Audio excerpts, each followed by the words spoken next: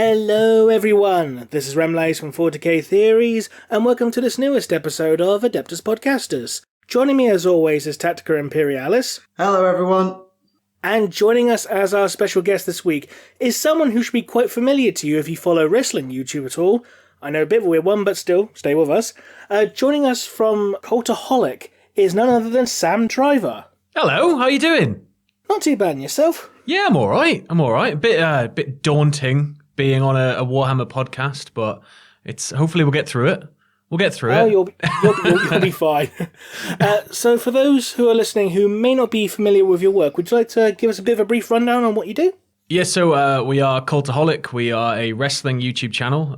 We essentially cover news. We critique the weekly wrestling shows. We sort of just make general features, list type stuff, a whole load of original content. We have interviews. We do all sorts. But we have Cultaholic, and then we also have a sister channel called Triple Jump, which is all gaming, and it's got a great team of guys there. They're super entertaining to watch. So if you're not into wrestling but you're into gaming, you could give Triple Jump a look. Yeah, so this might come as a bit less of a surprise for those who speak the wrestling lingo, because Rem and I basically speak in wrestling terms about 85% of the time. That's good. I pretty much do use the word promo for most things that I say at this point, you've probably noticed. So it's something that both Rem and I have been into wrestling. Rem's been in it for God knows how long. I got into it around 2017, actually about the time Cultaholic launched. Hell in a Cell 2017. Yeah. When Shane jumped off the cell. It was. We saw it that Mania 32 as well. The first time he went off the cell, and it was just unreal. But I'm glad to hear that you talk in wrestling parlance, because the amount of times I'll just bleed into it and I'll not even realize I'm doing it. Like I'll be with my girlfriend and somebody will be kicking off and I'll like, oh, he's cutting a promo on that guy, and she'll just look at me like I'm an alien. To be honest, I think a lot of people listening understand the basic gist of a lot of the terminology. Like we'll say things like, oh, and so did a heel turn or something like that. You know, people understand, oh, they turned into a bad guy, okay. The really broad one is work. When something is a work, it's yeah, like that's I guess fake. It's scripted for TV, but work is also sort of, you can work people that you actually work with for real in real life. You could lie to somebody and be like, I'm staying with your company, and actually you've got a plan to leave and join another company. You've worked the boys there, so you've sort of done a work in real life, and that gave rise to the famous Hulk Hogan. You marks wouldn't know a work if you whatever it was, but you work yourself into a shoot, brother. Only love HH. Just, goddamn. So many words. So many words. Yeah, I think now is the point where you explain why you're on our show and we're not on yours. We're no one compared to your massive channel. Don't be daft. Like the Warhammer community is just mental. It's amazing, and it's very similar to wrestling in the way that there's a lot of very diehard fans of like the deep lore. There's a lot of people who just love the game, and wrestling you have people that are really into it for the storyline, and people who are into it for like the athletic display. There's a bit of everything in Warhammer, and there's a bit of everything in wrestling, and then you've also got the pageantry aspect where you're painting up figures and you're like miniatures and everything to look a certain way. You're sort of creating a gimmick if you aren't using like lore specific armies or whatever the hell you want to do. But I always sort of, since my cousin, I was about like 8-9 years old or something, and it was the first time I ever saw Warhammer. I must have been younger actually, but he had Space Marines and I just didn't know what they were, and he sat talking to me about them for ages, and I realized it was the coolest thing and I wanted them. And then my family saw the price and were like, hell no. Nope. So it took a long time, and then eventually I finally got some Catachan Jungle Fighters. I think that was the box set I got. And then eventually moved on to Necrons, which is how I've sort of got back into it, because I got bored of collecting Necrons, but everybody else had everything else. So I figured, well, if I get the Necrons, then we can play. And we never played with like a full set of rules. We'd always end up skirting around it. We were just young. But we'd all have sort of a different aspect to bring to the table with it. And yeah, I just sort of, it rode on my mind for a while. And then the more I would see Warhammer shop windows and stuff, I'd be like, I really want to get back into this. And then eventually I just bit the bullet, and now I've got boxes and boxes of grey plastic crack all over my house. Welcome. my girlfriend even joined in as well. We were walking into like buy a box set, and she just saw Marathi. She's like, I've got no interest in playing. We're talking about Marathi later. I just want to paint her and look at her. And I'm like, okay, well, if you do want to play, then you've got a pretty badass thing you can add to your army here. But it's sort of it's always been, or initially it was always more about the like collecting and building and painting, because I used to always do stuff like airfix. But slowly, I think it was fairly recently I played a game, or didn't play a game, I was sort of around a game as it was going on. And I was like, I need to get into this element. As an adult, if I'm spending this much money, I really need to get my head around the rules and everything like that. So I'm fairly new. So you're probably going to notice a lot throughout this. You guys go off deep about something I'm going to talk about. I'm just going to be like, yeah, that's right. Yeah, I signed with you guys. So apologies if I'm using incorrect names or terminology or anything in advance. But I really wouldn't worry about it. To be fair, just listening to the enthusiasm like that, you can't buy that enthusiasm that's what I love about the hobby, is that it has got something for everyone, and you can just go fully in on it. That's it. And I was never really aware of how deep the lore went. And I think it was triggered when Jack, of all people who I work with, who's the least Warhammer looking guy in the world, he just brought up the Horus Heresy one day. And I was like, oh yeah. And then I just essentially went to 1.4D-chan and 1D4-chan and places like the Warhammer Wiki, and just scraping all of this like lore and just trying to get little bits and pieces. And I'm slowly sort of trying to indoctrinate myself into this Tolkien-esque impenetrable mountain. Yeah, starting with the Heresy was a mistake. You're 51 novels to go. I know. Well, this was it, because we were talking about it, I think, one night over a pint. It was like, I'm like, sure, it's only going to be like 9-10 novels, and then Googled it. I was like, shit. This is going to be a long old ride, but hopefully a worthwhile one. Absolutely. Overall, it is, yeah. Also, I don't know if you've ever seen this. You probably have. But have you seen the photo of Samoa Joe with Gav Thorpe in a headlock? That's amazing. I've never seen that. I knew Shayna was really into... there's the whole up, down thing last week, wasn't there? Yeah, like Shayna's always had the Mark of Khorne on a lot of her gear and stuff, and it's sort of been hinted at a lot in some of the like tweets she sent, but I don't think there's ever been like major direct like Shayna proper nerding out over Warhammer, and I was quite just happy about that. Yeah, it's interesting how much of a crossover there kind of is between the two, because you said there's a lot in like how we see our hobbies as communities, but it's interesting how much there is that crossover between the two very different communities. But I have to ask, what is it with Adam and Ross roasting Warhammer every chance they get? So they're the kids that made it so I couldn't play Warhammer anymore. Essentially, when I was younger, when it was like skateboards and football, and eventually, I think like wrestling, like pretty much every single wrestling fan will go through a period where wrestling isn't cool anymore. Come on, let's do some adult things like sports and like shopping and skateboarding and mountain biking. But like you always sort of go through that phase as a wrestling fan where you just drop off. Maybe the product's bad, maybe that sort of thing happens where everybody else moves on. And then eventually it'll always come back to you. It'll always creep up on you, and you'll, eventually turn on Raw, and that'll be it. You're hooked back in. And I think it was very similar in that respect, where I was just sort of getting that sort of experience. But Adam and Ross are sort of like those kids, aren't they? They're like, well, it's not cool. It's an easy target, is Warhammer, because it costs a lot of money, and you need to know a lot about it. So I think it's a very easy target. They're just going for low-hanging fruit. Dickheads, the pair of them, honestly. I was watching one of the reaction streams, and I meant to ask Adam what it was all about, but it was just like, no, I'm just not worth it. It'll literally be that it was low-hanging fruit, I bet.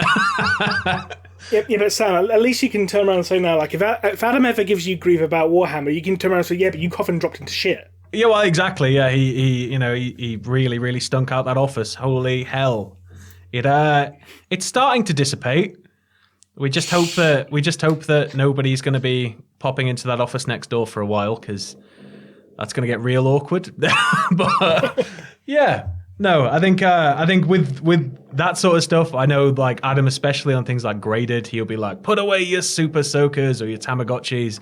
And when you just try and think of the nerdiest thing you can think of, unfortunately, I think Warhammer is always up there. It's just one of those things. And at the end of the day, both wrestling and Warhammer is populated by geeks and nerds. So well, this is it. Wrestling is one of the most uncool things on earth. So I think we need to band together as communities rather than just push ourselves apart. Exactly. Yeah, I'm here on a mission of peace. That's why I'm here. Let's get GW to make that Shayna's Sister of Battle miniature, or even Space Marine Shayna. Sod it, do it. And let's get that done. And we've got then a joint thing, and she can use it as a special ring gear one time when she's going for the big belt, and then, sums all up. There we go. Everyone's working together. Everyone's happy. I would love to see a well-executed Warhammer-themed entrance, because we've had to suffer through a lot of really bad Triple H ones. So I forgot about most of them, or at least blocked them out of my mind, but anyway. Yes, anyway, in the news this week, it's been a mixed week in terms of the games that have been going on. So, Warhammer Day has come and gone. The Space Wolves are back with their new supplement, as well as the Death Watch. We got an announcement of a virtual reality AOS game. We got some more stuff for Forge World. And at the moment, we are building up to Broken Realms Marathi, aka Marathi's going for godhood and the world is about to explode. It's there's a lot going on, and it's kind of all over the place, as well as Blood Bowl is getting ready for its return as well. So we've got plenty going on in the news at the moment. But can we just briefly talk about the most important thing that's happening, is that we're getting a new Joseph Bugman model. Well, not Joseph Bugman, but like Jacob Bugmanson, the new Bugman model. Yes, indeed. So, as the Christmas miniature this year, they have decided to move the Bugman legacy into Age of Sigmar from Warhammer Fantasy, with a supposed descendant of Bugman himself, though obviously that is disputed because it's two separate kind of, not the same universe, so it is disputed. But it's a really cool miniature with Caradron style armor, which is really good. And yeah, it's a really cool miniature with a very good trailer, as normal for this advertising team. It's beautiful, isn't it? Oh, I'm just looking at it now. It's so detailed. Like, it amazes me how detailed everything's gotten. But like Sigmar in particular just seems even more impenetrable to me. So I'm just going to sort of default to you guys here. Yeah, I mean, I'm more of the Sigmar of the two of us. And essentially for Sigmar, think every Greek tragedy you've ever heard of involving god drama, that. So every single one of them. Yes. All the gods are idiots trying to play pawns with the realms, and it's all a bit of a mess. So you've got Sigmar just smashing buttons and then being copied by Belisarius' Call. You've got Slanesh trapped in paradox chains by four different gods who can't stop arguing. Thanks, elves. You've got the dwarven gods. One is just an abandoned father, and the other is dead and exploded fighting a giant salamander. You've got Nagash, who is just being Nagash. You've got the Skaven ruining everything, and then you've got orcs being orcs being orcs being orcs being orcs. And then along came Zeus. It is absolutely high fantasy nonsense, and I absolutely adore it. I've got Marathi, I've got Teclis, I'm getting Malerian when he comes along. I'll get Tyrion if he comes along. Sigmar has kind of been my jam over the last year and a half. Speaking of Teclis, did you ever get that replacement base? I did, yeah, I got the replacement base. That one was slightly warped when I put it on, but it's now fixed itself. So Teclis is finished on his new shiny base, and he's all done, ready to sit on a shelf for 6 months because I won't get a game because we'll be in lockdown and all this other stuff. So he won't do much for a while, but he's finished, and he's hopefully going to get a chance to do my Elven Civil War once Marathi gets her upgrade, which we'll get to later. Fair enough. Next week, or this weekend rather, I think it's this weekend, that the novella series goes on pre-order. Yes, it does. So this includes, most notably, I think, the Soul Drinkers Primaris novella, I think that one's the one that grabbed all the headlines, I would say. With the return it definitely was, yes. With the return of the Soul Drinkers chapter, who had, of course, the mutated chapter master librarian, and were all wiped out because of some nonsense, and basically were kind of, no one really knew what was going on with them. There was Loyalists, but they were also excommunicated. It was a bit of a mess. And they were led by Sarpedon, but they're now back, rechristened as a new chapter with Primarchs Marines, and they're going to have fun. Yeah, that's right, guys. That's why I went into a bit more detail for your benefit. Because I was just like, yeah, the Soul Drinkers, this is a series of novels about, God, is it nearly 10 years? It was the mid 15? I think it was the mid 2000s, I think. Yeah, 10, 15 years ago, the Soul Drinkers novels started, and it's a ride. I've got a video on it. It was the early 2000s. It was 2002, the first book. Oh, bloody hell. It was... Don't we all feel old? Yeah, I've got a video on it on my channel. It's a wild old ride, the story of the Soul Drinkers. It goes back and forth and back and all over the shop. But they are back, and they're going to have about as much fun as you can get if you're not named the Lamenters. So, yeah. Yeah, sorry, bad joke. I'll be honest, aside from that one, I'm also looking forward to the Necromunda one, the one about the Ogren slave rebellion, because that just looks such an interesting topic. Just Ogrins going on a rampage, kind of thing. Yeah. Besides Necromunda's always interesting because it's just so out there at times. Yeah, they're getting the Mad Doctor model, I think, very, very soon. The Mad Doctor model's going to drop. Yeah, Dr. Spider, or whatever his name is, Dr. Arachnos. Yeah. It's like, subtle, GW, it's subtle. When has GW ever not been subtle? Touche. Because trying to think, what was the, other really stupid reference they did? Aside from the dabbing scene in that book. Yeah. Yeah, there's a lot of them. There is a lot. Yeah. There's just a lot of it throughout the entire thing, though. I mean, is it a planet called Metallica or a star system called Metallica? Yeah, there's a Mechanicus Forge world called Metallica. There's an Imperial planet called Birmingham, which is grey and awful. And everyone living there is backwards. Yeah. Oh God. Oh, brilliant. Yeah. They definitely do hit the nose quite a lot. But yeah, I think those novellas are going to be really good. I'll be honest, this weekend is dominated for me by Broken Realms, Shadow and Pain, and the Daughters of Cain triple novel. Because, well, I needed something to blow my non-existent Christmas bonus on. So let's just do that.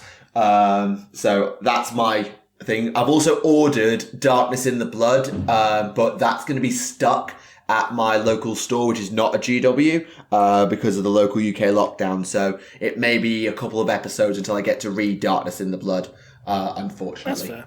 I'm just looking forward to the Lionel novel. That's sort of not Lionel, Luther novel. Sorry, Lionel. Jesus. Well, there was a Lionel Johnson novel. But why would I even call him Lionel? It's not Lionel. My brain just defaulted there. The Luther novel. I'm looking forward to getting my teeth into that. But again, as I said, I'm just sort of dipping my toes. So I'm pretty much absorbing everything you're saying here, and just like, yeah, this is brilliant. Yeah, there is actually a Lionel Johnson novel. There is one. Yeah, I've seen there's stuff there's a lot of stuff I've got to sort of read up on. But Remleiz had identified the Luther novel as something I'd probably want to check out. So I was like, right, I'll grab a hold of that the second I can. Well, you won't get it for about 3 months because it was a limited edition run. Yeah, I know. I inquired about it at the Warhammer shop when we went and spent very, very large amount of money on air paint. But, whatever.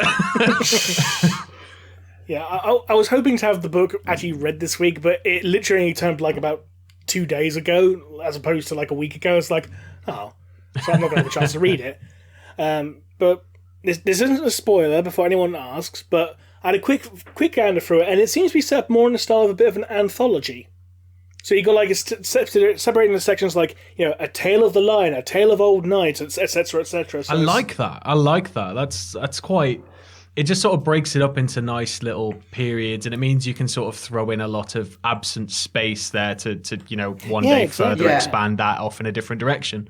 And it really plays into how Luther interacts with the Dark Angels, because essentially Luther is held at the heart of the rock, and only the Supreme Grand Master knows he's there. So essentially each of those may just be the transcription of a session where the Supreme Grand Master went to try and talk to Luther. Oh, that would be awesome. Yeah, that's really cool. Also, I just realised in the article about the scariest minis, they dropped this teaser for something chasing poor old Johann here, which looks like a scarecrow. So I've seen this, and I've got a couple of different theories running through. So if you look at the banner top, so at the banner itself, you have that's a very elven design. I know, I'm looking at my Lumineth. That's an elven design. So my first instinct was the shadow demons, and that bird was like a crow or a rook or a raven or something like that. Your other options is it might be a Flesh Eater Courts style character, one of the feral ghoul type things. That's a possibility. The branch-like things make it possible to be Sylvaneth, but I'm not sure it would be the Sylvaneth, though I would not rule it out in the slightest, given you got forests behind as well. Yeah. So I think it's one of Flesh Eater Court, Sylvaneth, or the first silhouette of Malerian's Umbraneth Shadow Elves, or the Shadow Demons that work for Malerian. They're the sort of three schools of thought I have on the matter, anyway. It's so hard because it looks very biological, but it also looks very tree-like, and there's so many things it could be. This is the problem. There's so many things it could be.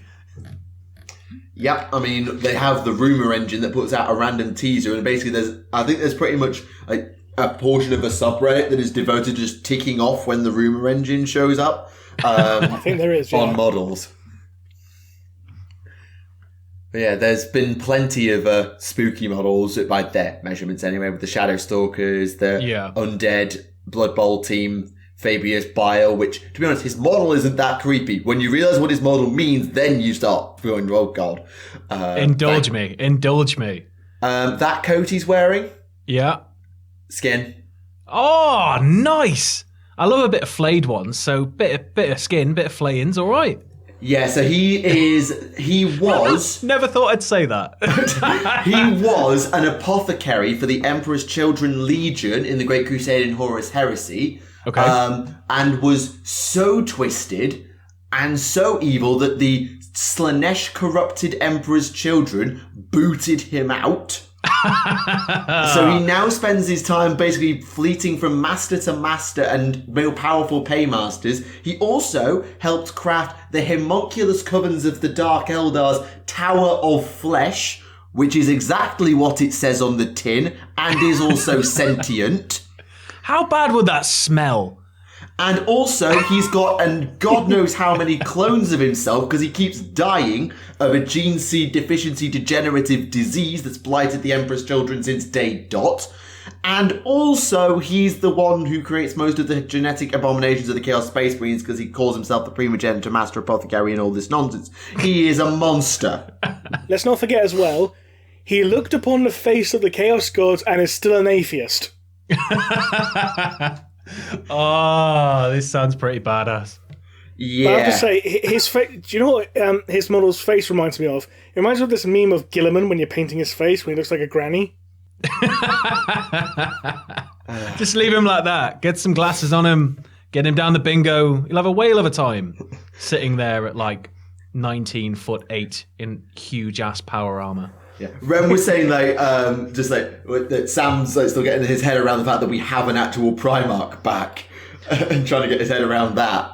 Yeah, it's just sort of the way he just sort of rocks up, and he's just like completely not really like quite dismissed by the Emperor and everything, but it's just sort of he's like, well, it's just not the same. It just seems like the Emperor's treating him like a tool. And which, that's how the Emperor, in both senses of the word, by the way.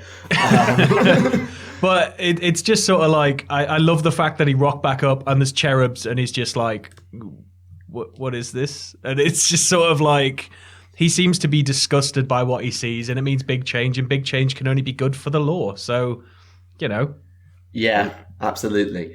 However, while we're on 40k and models, it is worth pointing out about the new combat patrol boxes. So these are replacing start collecting sets for Warhammer 40,000. So So combat patrols themselves are actually pretty big boxes. So for example, the Space Wolves box, you've got 10 intercessors, some of the new Hounds of Morkai, a battle leader, and the Invicta war suit.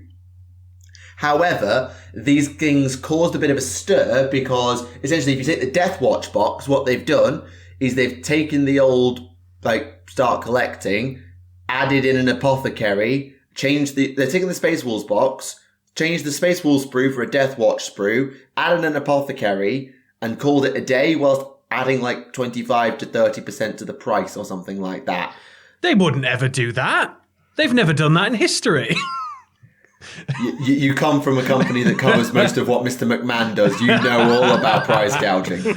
Yeah, I mean, the after the Indomitus box and the launch of the other two boxes, it's sort of for not dissimilar prices. It was a bit like, ooh, okay, this is ramping up a notch. But I guess with each passing decade, the price is just going to keep climbing until a small army is going to cost you about as much as a car.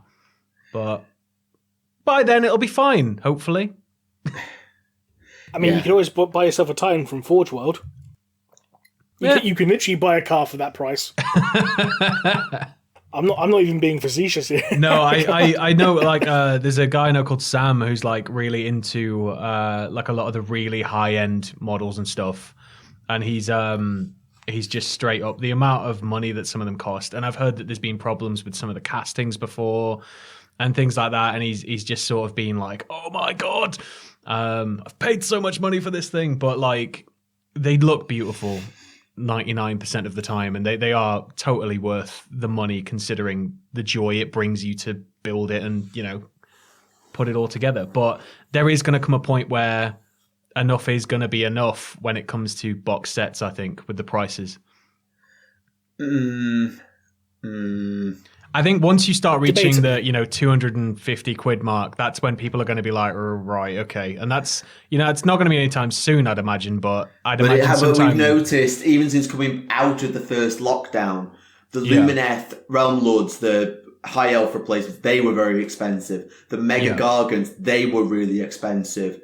Shadow and Pain, I'm suspecting is going to be north of 100 as well. And I remember, and this was 10, 12 years ago, when a boxed game, a full 2 armies in a box game with the rulebook, was 60 quid.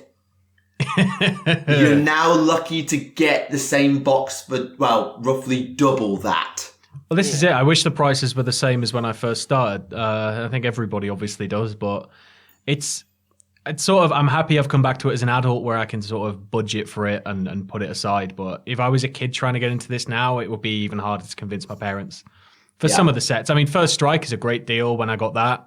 I thought that was really cool, just as a quick little get back into it, get painting again type thing. But for anything substantial, if you're a kid and you take it seriously, you've really got to have that good, all of the gold stars and everything on the chart for your parents. It's if you're lucky for Christmas, kind of thing. That's the key. If you're lucky for Christmas, that's the old one. And then absolutely. But something unheard of happened. GW were giving away free stuff.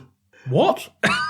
So for the moment, all local Warhammer stores are now empty sprues? I don't understand. So every month, you will be able to pick up a new model at no cost themed around one of the month's releases. So at the moment, if you go into your local Warhammer stores in November, you'll be able to get a free Witch Elf. One free Witch Elf, by the way, not a box. One. Just to make it dead clear, one. Because And you will also get a collectible coin as on the theme as a reward for supporting your store. This one is themed around Marathi, the Daughters of Cain. And there's also going to be once you've got 6 coins, you can have a coin box, like a little booklet to show them off. So they're not even... Sorry, carry on. And you can also get a pick and mix paint set where if you buy any 10 paint pots, you get the most expensive one free. Yeah, but buying 10 paints costs about as much as buying a book. Yeah, you're telling me about it. Yeah. Yeah, but they've also said that for any stores that are in lockdown, for example, in the UK right now, they will still get their stuff that will just be knocked back. So in December, when the UK stores are set to reopen, the November stuff will be there as well as the December stuff. It's they're not even hiding it now. It's jokingly referred to as plastic crack. Now they're actually, here's a free taste. There you go. Sit down. Oh, you need some paint, don't you? Go buy 10 paints. I'll give you a free one. The most expensive one, though. Go on. And then next time you come back and you hit with, 150 quid and that's it. You're doomed forever. Yep. Absolutely. Oh, there's also been the more news on the third wave of Space Marine heroes. Yeah, these are the Death Guard miniatures that are coming. So you've had Tactical Squad, you've had a Terminator Squad, now you've got Death Guard and Nurglings. They're so cute, though. Sassy Nurgling. Look at them. Yeah, but we haven't got the sassy Nurgling again, though, which is a shame, because he was the best one. We've got a lot of doofusy-looking ones, though, and I like doofusy-looking things. I mean, they're all pretty doofusy, of course, but...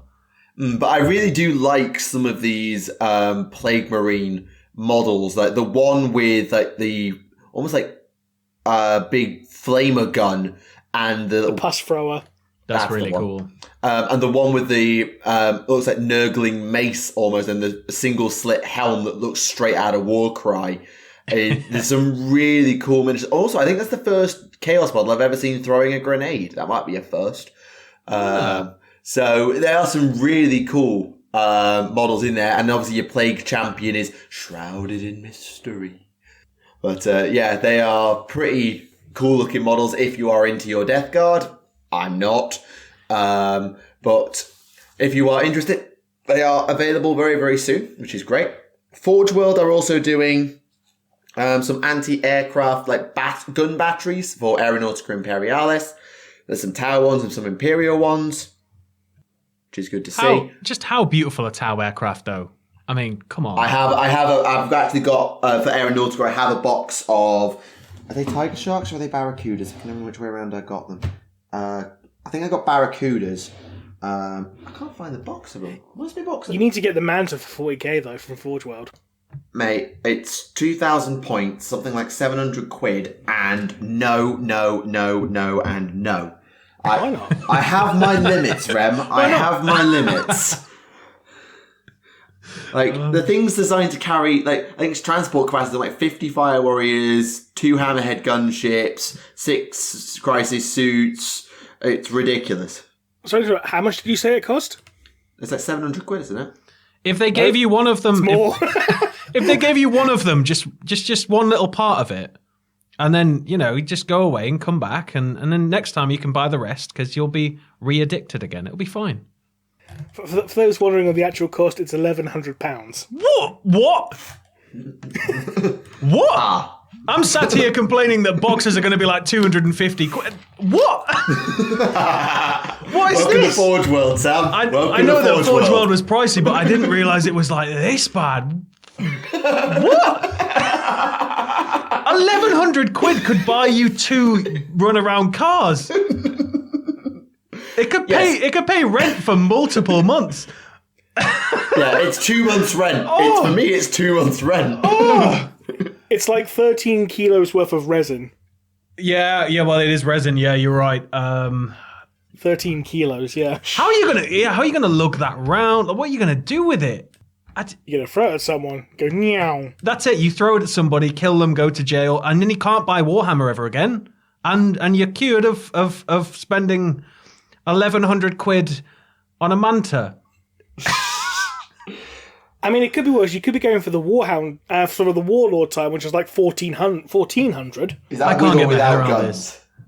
That's amazing. It's utterly amazing. I mean, it's a stunningly beautiful model, and obviously hobbyists are prepared to go the extra mile for their hobby. But no, this is 1,100 quid, man. That's a biggie. That's like maybe if you've got a Christmas bonus and you've got a load left over toward the next Christmas, and you know you're gonna get another bonus. Maybe treat yourself, but whew. Yeah, the Warlord Titan's like £1,345. Is that with or without guns, Rem? That's with the guns.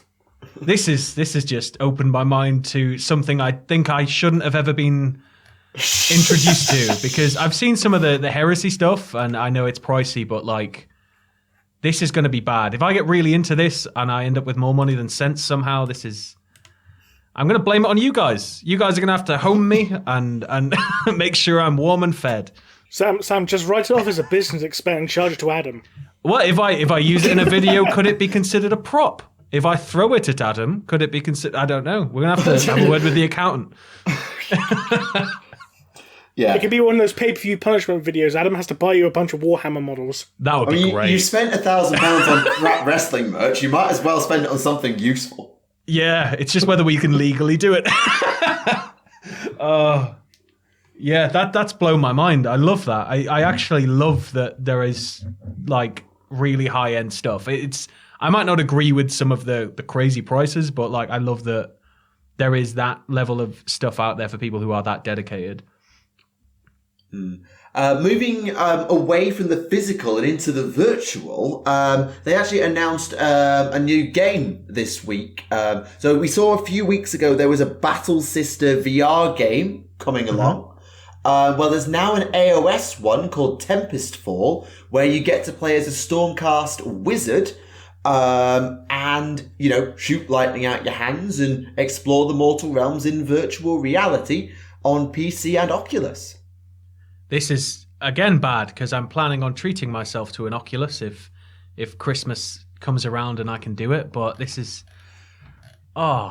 Yes, it's just I've been waiting for so long, because the first Warhammer game I played was, I think it was Dark Omen, and I played it on the PS1, and that was oh yeah, the Warhammer Fantasy one. Yeah, that was quite dense for young me, so I very much zoned out of it quite quickly. The funny thing is that was easier to get into than the predecessor, Shadow of the Horned Rat. I sort of read up because I got a Raspberry Pi together, and I was like, I want a load of stuff on it. And then I was like looking, and there was just so many reviews just being like, it's impenetrable. It's just don't even try. But at least there's easier things to get into, like say, you know, Space Marine or Dawn of War these days. Yeah, I think Vermintide was the first like recent game I played, because I think it was free 1 month, or it was on Game Pass or something like ages ago, a couple of years back now. But I think I played Vermintide for a bit, and I was like, okay, yeah, sort of get away with this. This is really cool. I really want them to do Total War 40k. Can we just have that already? It'd be interesting to try and do that, especially with how do you make it different from, say, like something like Dawn of War? Yeah, I guess. It's I don't know. I'm just a... Yeah, the big thing is I would quite like that. But one thing I've said before about 40k and AOS versus fantasy is the battles don't really have the same grand strategy feel to play. Because I don't know if you played or saw anything of Warhammer Fantasy before it exploded, but Warhammer Fantasy was very much ranks and files of infantry and cavalry and artillery, and then it was essentially a total war game, but with magic and dragons and all that nonsense. Yeah. AOS and 40k are a bit more strategic and, well, not strategic at all. They're a bit more fast-paced, and they're a lot more reliant on guns. Which it works okay if you play Skaven in Warhammer 2, but a very gun-driven total war game that doesn't do ranks and files the same way, it never strikes me as the right franchise for it. Yeah, it would need some overhaul in the sense that the gameplay is going to have to differ up for the more close quarters, especially, you know, just sort of small units running in and getting the job done and pissing off. I think they probably need to theme it quite heavily around one or two big moments from the lore, maybe. It'd be more like that sort of linear gameplay style, but again, you've got to really look how to weigh it up. But I always thought it'd just be cool to sort of have that, I guess in a way, weirdly in a way, that sort of mainstream recognition from that series for 40k, because I think 40k deserves a hell of a lot more love. I'm amazed, like I was always amazed there's not been, I mean, unless you count Event Horizon, there's not been any real serious pursuits that have made it very far in terms of, an actual... I mean, in fairness, we are getting the Eisenhorn TV series. Yeah, but I'm always tentative with TV, because then when we were promised the Discworld TV series, and then the trailer dropped and it was very Americanized and it just seemed off. And it's sort of, I'm hoping that... I can understand that concern, yeah. Yeah. And then we had the Ultramarines movie. Don't talk about that. We don't... We don't talk about the Ultramarines movie. Yeah, that was quite the thing to discover when I was falling back into it. Though we do have to reiterate that John Hurt was great in it. John Hurt is one of the greatest treasures this country has ever produced. But yeah, not even he could save that wonderful little... I'm just more surprised that it was written by Dan Abnett of all people. Yeah. And it's like, but there's so much wrong with it. But that said, there's a lot going on now, obviously, on the film and TV side. Well, not film and TV, but the media side, with things like Angels of Death, Hammer and Bolter. No, it's not Hammer and Bolter. The cartoony style series. You've got the... you've got all sorts of different ones going on that we've seen in different trailers over the various online previews.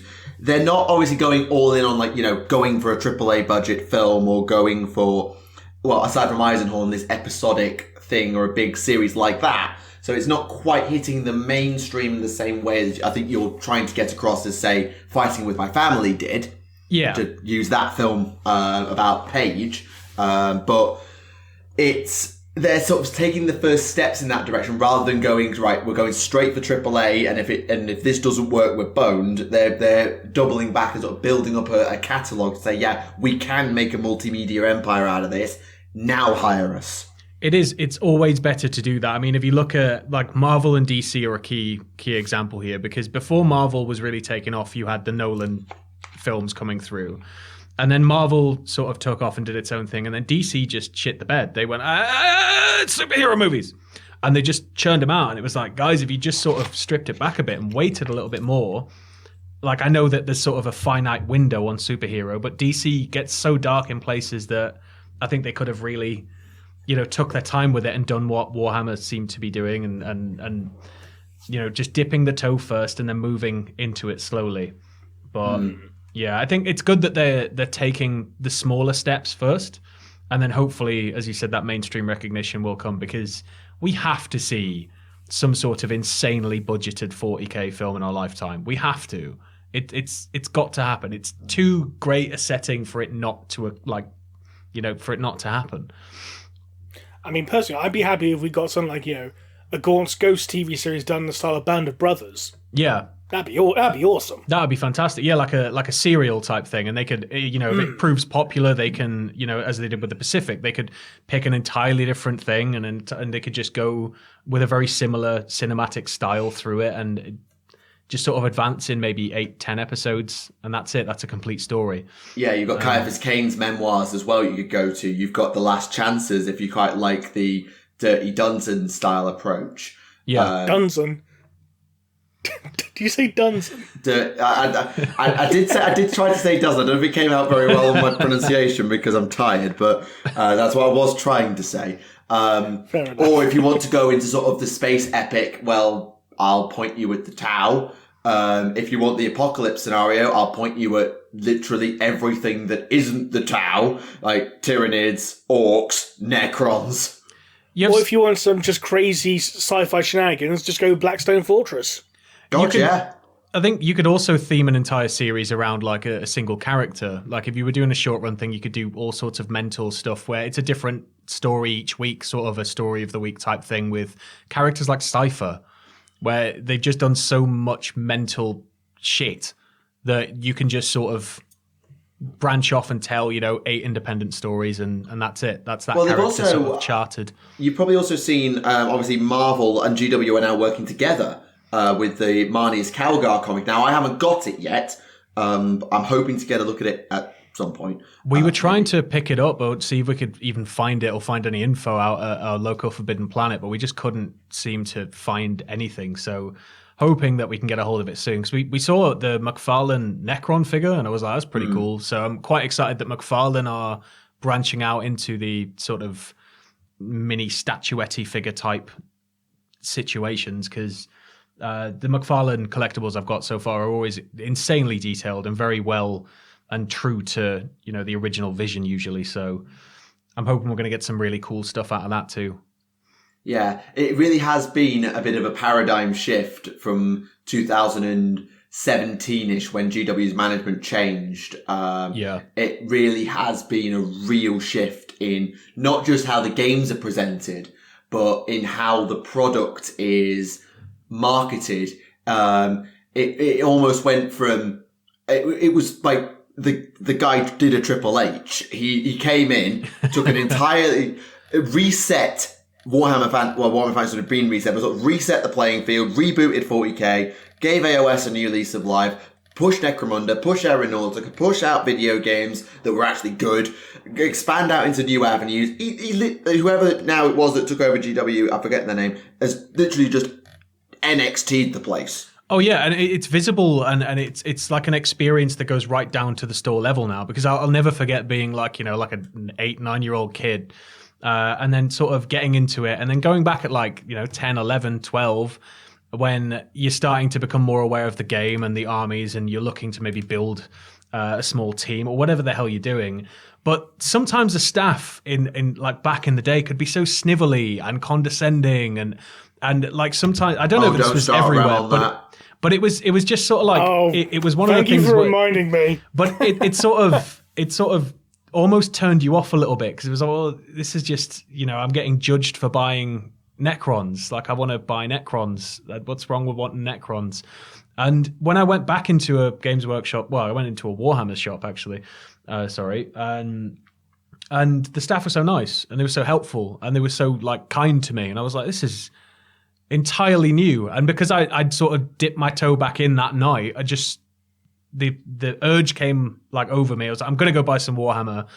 And I was preparing for the worst. And then when they were really nice, I was like, oh, this is great. It feels like I've really sort of stepped into something. And I was happy that now, hopefully, kids won't have to go through that sort of crap where you sort of feel like you're being judged. Like when you go to a really snooty comic shop and they're judging you as they're cashing you out, Oh, God, yeah. But one of the big things is a lot of I can't speak for 10 years ago because I didn't really get to know my managers back then, but the store managers now are one and all hobbyists themselves, and so they're passionate about the hobby and they're passionate about their projects and are more interested, the new people, of getting more faces in the hobby, not necessarily football, yes, but also about getting new faces into the hobby, getting people excited about the product.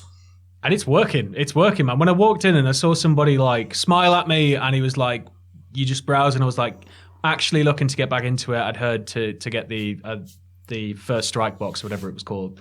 And he was like, yep, there you go. And I was like, cool, I need some paints. He was like, well, if you get this, that should cover you. And then he just sort of talked to me about, coming in to do a bit of painting, coming in to just sort of play. And I was like, this is brilliant. This is exactly what this hobby needs, is that sort of commitment at store level, because that's where everybody sees it first. Usually especially when I was a kid anyway, you'd be in the shopping center and you'd go through a really weird part of the shopping center and there would be Games Workshop and you just see all of these beautiful miniatures in the window. And I think having the store level being a lot nicer and a lot more it's almost like every store's run by Daniel Bryan. It almost feels like family. It's weird. You don't know these people, but you just feel welcome. Because what I've just said, there's also every store's run by Daniel Bryan, because you hear Daniel Bryan talk on Talking Smack, or when he was doing his commentary run in the Cruiserweight Classic, that Burning Hammer call was amazing. But you feel his passion coming through, and it's infectious. You can't help but get passionate about it. And I was like, on my way out, I was like, in fact, no, I want to know more about the lore. Give me the first Heresy book. And he was like, I'll go get it. I was like, brilliant. That's it. That's perfect. Yeah. And then, I jumped straight into the most confusing, difficult time. I was just reading through, lore summaries, and I was like, this seems pretty straightforward. I'll be over it, No. Before I know it. I mean, at least you're coming at a time now where you can actually start with the Horus Heresy books. I mean, back when I first got into hobby, the only book we had was bloody Ian Watson stuff.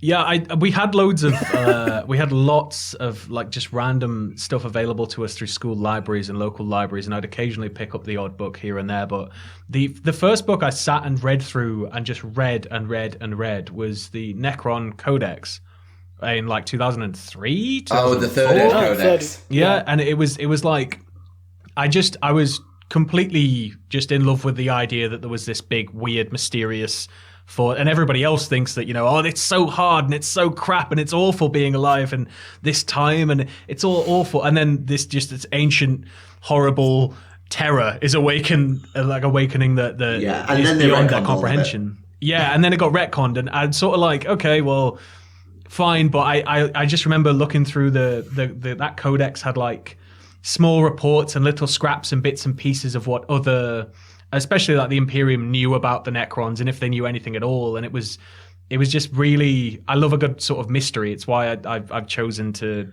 go for Dark Angels. I don't know if it's your thing, but you might want to look at, if you find the budget, Warhammer Crime and Warhammer Horror novels. So they might be something if the Heresy gets too confusing, which it will. Well, I'm trying to. I think I'm going to try and do the Heresy in blocks of like 2 books, a different book, 2 books, a different book, and just try and go through it that way, so that I'm at least giving myself a little break, because I'm going to cram for a while, but I think there's going to come a point where, as you said, I'm just going to be like, I don't want to pick up that book again. Can I just? That will be around the time you get to Descent of Angels, then. Yeah.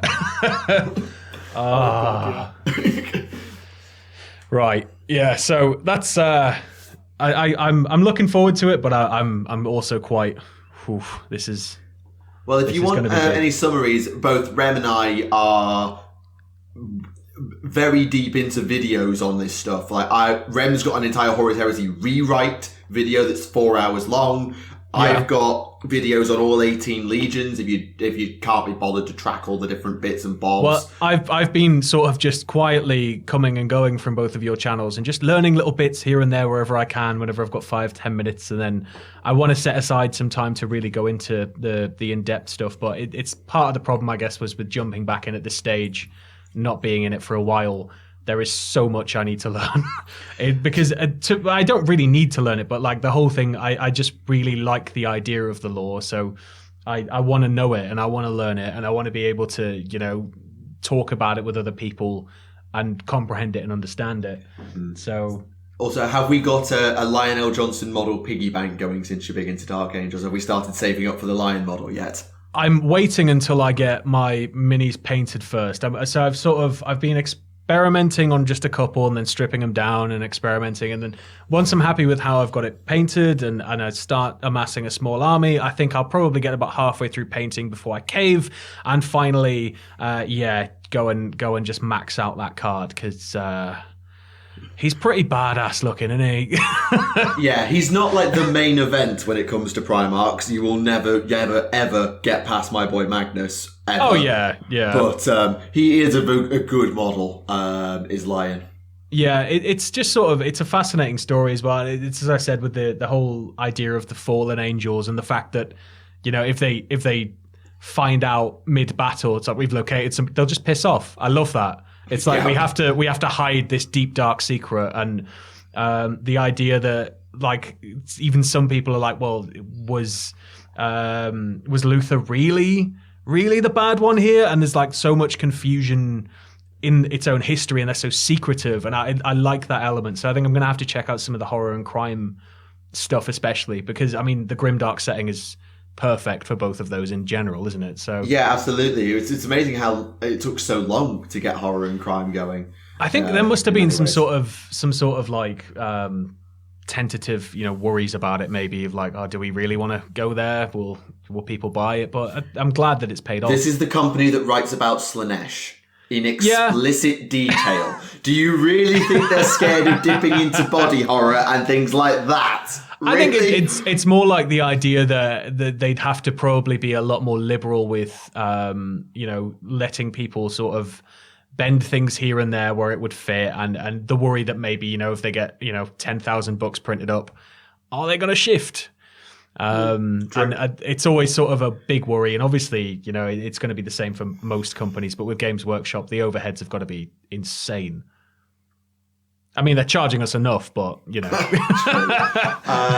Right, we've been going nearly an hour, and I haven't talked about Marathi yet. What's going on here? I'm so sorry, everybody. No, it's absolutely fine. It's fine. But we're not getting to questions and books until I've talked about Marathi. But before we do, there's one more thing we need to point out. Ragnar, Blackman, and Gazgar are available to order separately now. Yep, I've ordered Gaz, but he's going to be stuck like Darkness in the Blood at store. So I've got my Gazgul. 42 quid, Gazgul was. So how much? 42, I think. Oh, bloody hell. Well, If I remember right, it was 42 for Gaz. And how much was the box set he was in? I can't even remember. About 90? About twice that, yeah. Yeah, there's a reason why. But actually, I've noticed something quite funny. Like, every time Gazgul comes out, the UK goes into lockdown. So like Saga of the Beast was about to drop, lockdown. Gazgul's dropping, lockdown.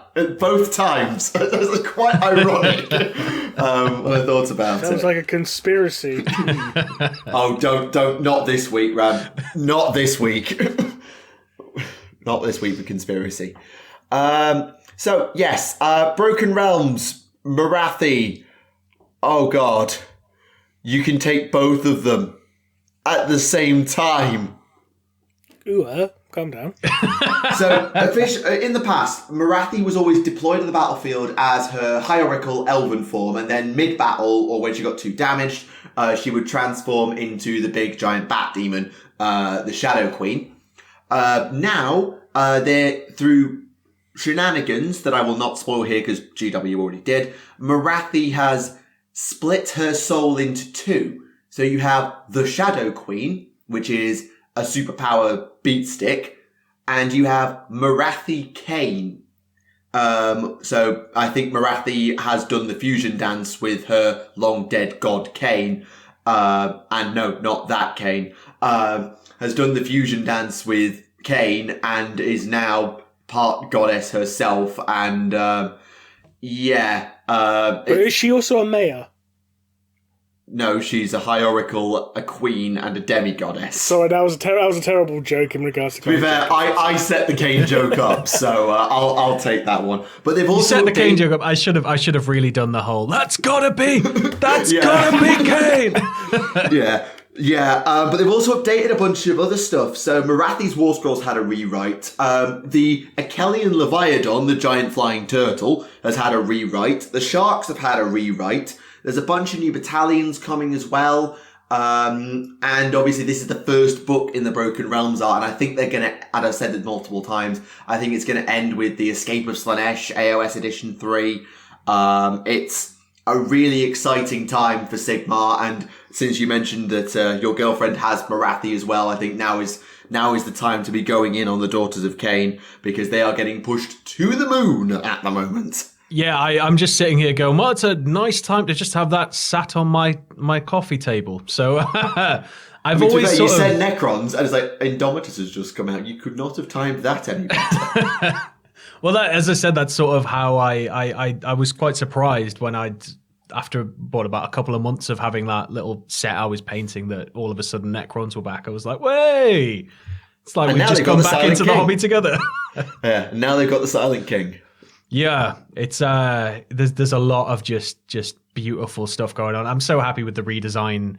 I know a lot of people really liked the little green tubes, but come on, they were agony. They were agony. If you got the slightest bit of anything wrong, they would. No, I quite like the idea of the redesign and everything, and I guess in a way they were just weirdly structured. So I'm all for whatever's coming for the Necrons, so long as it's not, eternal victory. Are you a pro-pariahs or an anti-pariahs person? Do you want the pariahs back or not? I did enjoy the pariahs. I really enjoyed them, but it's again, I sort of enjoyed them more as a character model, and I don't know. I'm a big fan. I think my favorites were the flayed ones, and I loved the Catan and the idea of these like deceitful gods, and it sort of ties back into, tales of old, as you said, and like myth and things like that. And I think that element of fantasy laced on top of the grimdark just really took it up. And now you've got the Void Dragon. Yeah, that is the Void Dragon the one with it looks like the giant halo? Yeah, it's the one that's like floating on lightning. It's got like 8-bit style scars in itself. Yeah, like a split open head, weird sort of thing. Yeah, that looks stunning. Like I saw that, I was like, this is unbelievable. Like I remember when the monolith was the be all and end all that I wanted. I was like, the monolith is just a big box. That was all it was. But that is stunning. Just absolutely stunning. Yeah, you can hear it in his voice how hooked he is, viewers. You can hear it in the voice, viewers. You can hear it. If they've listened this far, I've really kept you guys up. It's all good. So I know obviously you've not had much chance to dive into the Luther novel, Rem, but in the time you were waiting for it, have you managed to chunk through anything else? I'm still making my way through Dawn of Fire, Avenging Sun. And honestly, I don't know if because you've read the book already, haven't you? Yes, I have. Did you feel that the book fell, for lack of a better term, disjointed? Because you know how novels tend to have like an A plot and a B plot and maybe a C plot? Yep. This one just feels like it's just about 5 different B plots. Yeah, it's definitely a very interesting way to lay a book out, because it's jumping between 5 different perspectives and 5 different plot threads all the way through. And you very rarely get 2 chapters with one person on the run. Yeah, because I'm about 2/3 of the way through, and there's been characters who are set to in chapter 2 who haven't even turned back up yet. So yeah, it's definitely a different layout, and certainly you could treat it as almost 5 mini novellas if you were just rewrote it in a different. That's what it feels like. The guy just had he had ideas for 5 different stories, but couldn't decide which one to do, so just smashed them all together. But they do all tie together at the end, and they do pay each other off. Okay, if they tie to each other at the end, that inspires me to keep reading further, because at the moment it's kind of putting me off, the fact that it just seems so mismatched and all over the place. But if they do come together at the end, that's a good sign. Yeah, and it's not all just a super happy ending either, but you'll get there. And when you get toward the end, the Makorta Sound, because it's the Battle of Makorta Sound, the Makorta Sound fight scenes, both ship and ground-based, are pretty impressive to read. But I've said it before, and I talked about it on the episode when we had Zoran and we actually reviewed it. The ending is... the last conversation with Guilliman is just brilliant. I think all the best bits of Dawn of Fire are the bits where Guilliman is having a conversation with somebody else, because it's never got Guilliman's first person perspective. It's never his perspective. But whenever Guilliman is engaged in a mental battle of wits conversation, or is just, kindly explaining the plot for the viewers through the medium of this person, it's quite useful. It is so enlightening. And then watching the characters go back and forth, and you had the Aeneid Theo reference, so you had all the different things that they do. It is... Guilliman verbally talking and sparring is one of the best bits of the book for me. And it happens in 3 different places. The chat with Messinius, the chat with Ferren, and the chat at the end. But I'm not going to say any more than that. Fair enough. Yeah, that's right. No, you could maybe, spice that up a little bit and make it quite Alan Partridge. And after every verbal victory and after every battle of wit, he could be, needless to say, I had the last laugh. And that would be it. Just the entire book, just that. I think it'd be great. But will he go youth hosteling with Chris Eubanks, though? Monkey tennis. I guarantee there's going to be a few people listening to us who are like, what the hell are you talking about? Smell my cheese, you mother. Me. You don't understand, okay. Yes, I'm confused. You're not. You've the never only one watched here. Alan Partridge? Oh, it's so good. The only thing I've seen so of Alan good. Partridge is like the occasional meme, like the Great Banter GIF and all of that stuff. I've not watched it. So I'm Alan Partridge. There's 2 seasons. One, he's like he's just lost his TV show and he's living in a motel, basically, just off a motorway. The second one, he's having his house built and it's years later and he's still a failure, but he still thinks he's a huge deal. And it's just a lot of very cringy fun. Yeah, cringy comedy doesn't work for me. It's why I don't like Friends. It's not quite like Office cringe, but there's a lot of just like Alan will constantly put his foot in it. And it's just like he will, without even being prodded into it, he will completely blow up a situation by accident. And it's just fantastic. Fair. I'll add it to the ever-growing pile of things I don't have time to do. You still need to watch Akira, for fuck's sake. Oh, what a film. I was really hoping to catch it on the re-release. They did, I think, an IMAX re-release recently, but I just wasn't prepared to get out of the house. Again, things I don't have time for. But anyway. Oh. Ow. You alright? Yeah. Not dying over there. Just going on? been a really long day. I've got a big crick in my neck. It's fine. I wasn't trying to thought now. We could jump into questions if you like. We could go into questions. Not sure if we can fill 53 minutes with questions, and but I can certainly give it a pop. But obviously, if there's other things you do have in your mind, then by all means shoot, because you've got 2 air quote lore masters, and I'm going to really put that term in air quotes because I know who else says that. But It's the lore masters. Speaking of shooting, because you reminded me earlier, shout out to the guy who's the manager of Games Workshop in Reading back in the days of a 3rd edition, who kicked me out the store because I corrected him on a fucking rule because he got it wrong. The fat fucking... Oh, that is such a fucking like old ass Games Workshop thing to have happened. I can just see it. You can see it in your head, clear as day. That is brilliant. That's absolutely brilliant. That's a very good little tale. For those wondering which rule I corrected him on, it was on the no fear rule that Space Marines use in regards to falling back. you mean And that so rule that now no longer exists because falling back isn't a thing? Yeah, again, this was back in the days of 3rd edition, like I said. Yeah. Oh yeah. And he just straight up threw a hissy fit and threw you out, like toys out the pram and everything. Amazing. Yeah. Utterly amazing. That's beautiful. Yeah, he was about 5 feet tall and about 4 feet wide. So you got? Did you get the full bum rush? Did he pick you up by the belt and the collar and just straight out the shop, or? Not that quite, no, because I was actually taller than him. Again, I was about like, maybe like 12, maybe 13 years old, and he was like... It's just... The best way, he was the kind of guy, like, if you walk behind him, you'd hear like a trombone going... kind of. It's like... It's just, it all comes from the same place though, which is the weird thing. It's like, it all comes from the passion aspect of the gameplay, but as with most competitions, the passion gets a little bit too much sometimes.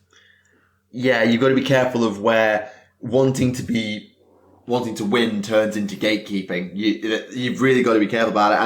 And we're not the only community that has had certainly accessibility issues and trying to get your head around it. Because some people are just like, you don't understand every nuance of the storyline and how this whole thing works? Yeah, well, there's the door, pal. But you don't understand why that guy can be put away with 1 choke slam and yet he kicked out of 4 F5s last month? Yeah, well, you don't understand and move on. This is pretty much what I'm expecting out of your comment section, so I hope you guys have a right laugh. Who is this guy? What's he doing? Get him off. Nah, not at all. Not at all. Not. Certainly, I don't think so. Who's probably the weirdest guest we've had on? I mean, there was the time we had Markiplier.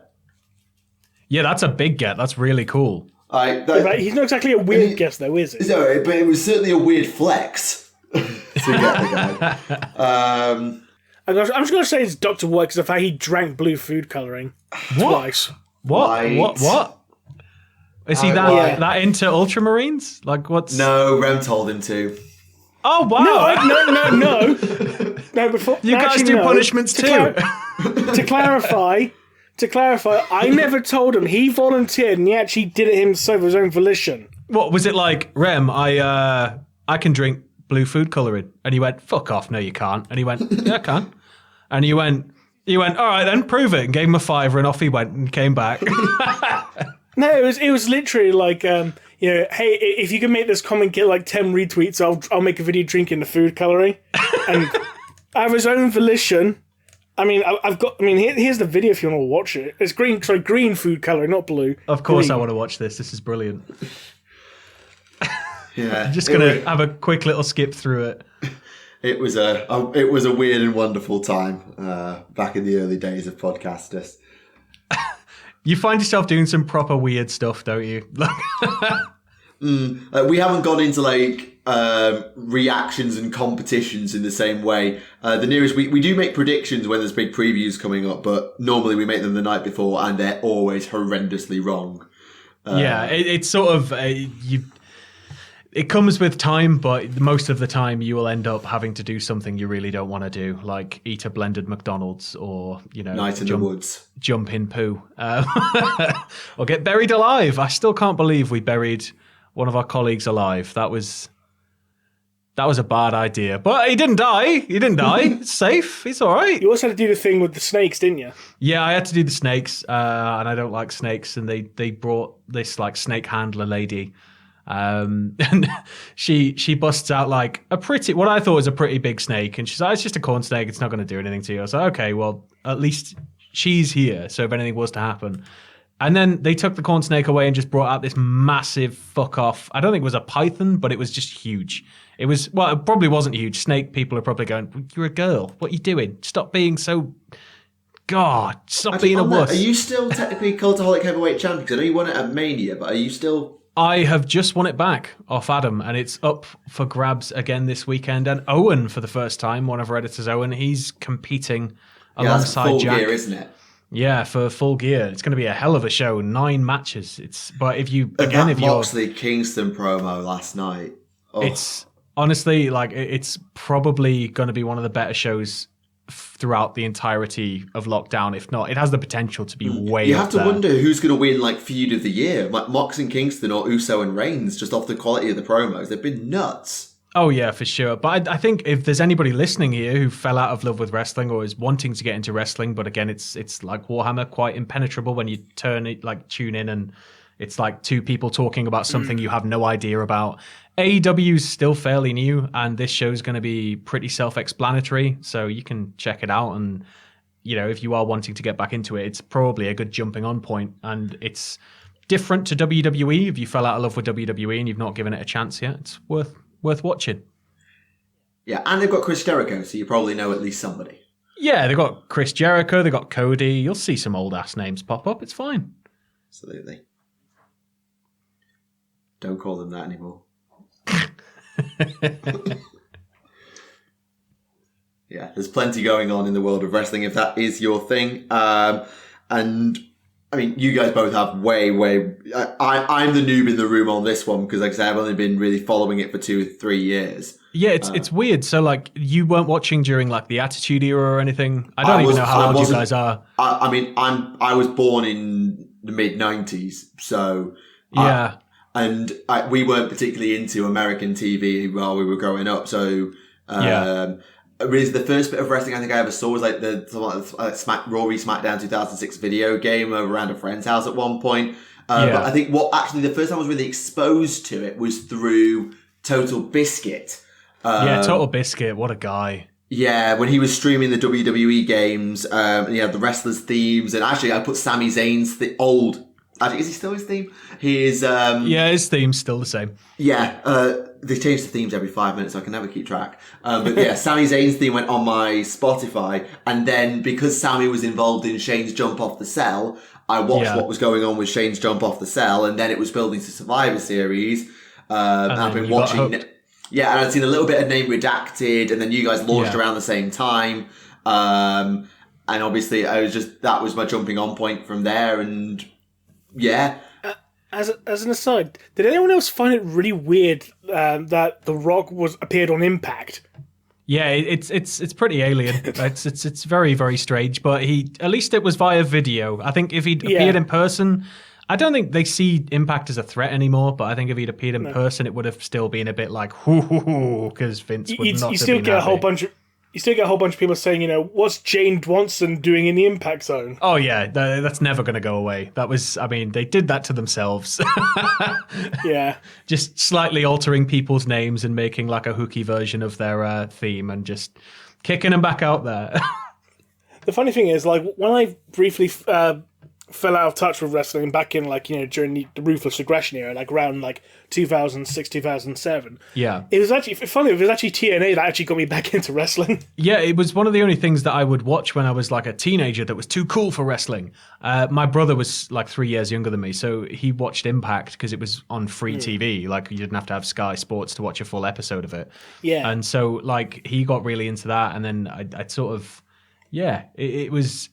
I think it played a bit of a role in me getting back into it for sure. It's like seeing, like the Kurt Angle and Samoa Joe in Lockdown. Ooh. Yeah, that was good. Yeah, it was great.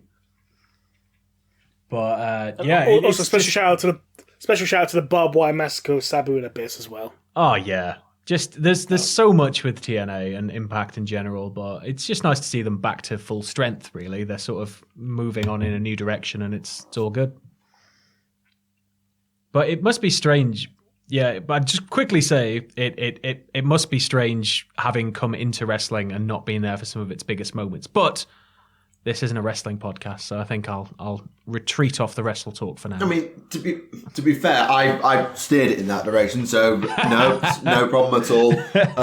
But yeah, I sort of my point was I sort of understand how you felt, or I felt a bit how you feel. It's like, wait, hang on. So why is everybody booing this guy that's supposed to be like the big guy, and what's going on with John Cena, and who the heck is this guy, and why is everyone making a massive fuss about this Japanese book I've never heard of, and what's this whole yes chant thing? It's like, yeah, that took some getting my head around.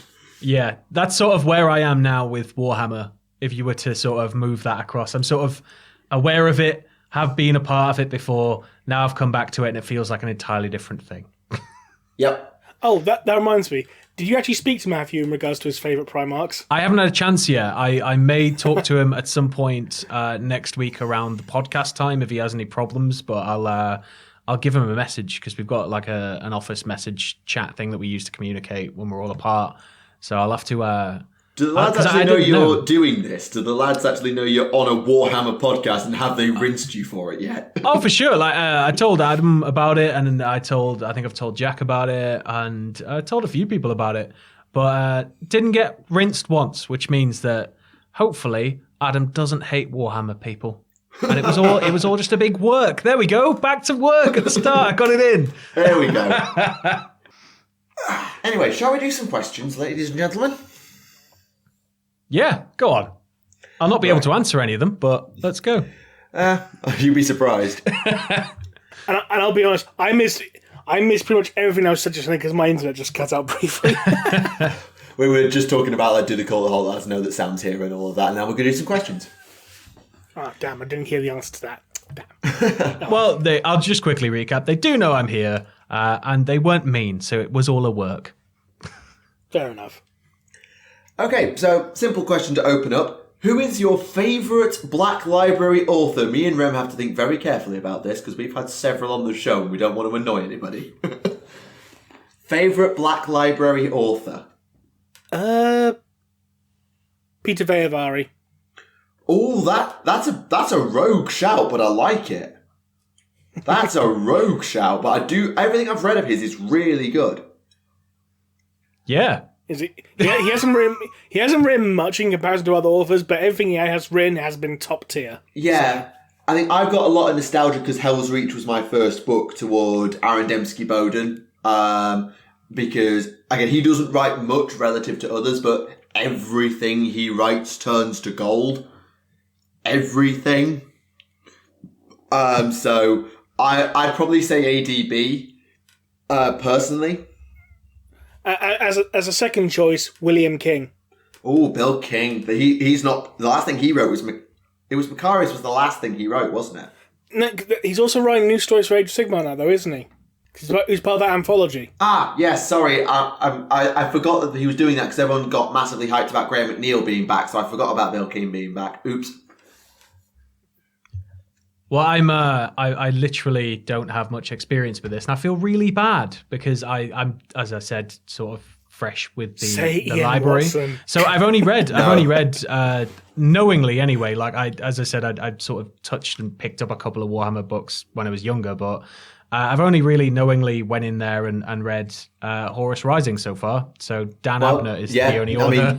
I mean, Dan Abnett is generally regarded as very, very good. Yeah, I mean, the way it flows is insane. Like, I was really expecting it to be much more of a tome than it was. So it flowed nicely, and I was like, okay, I can do this. I can do this.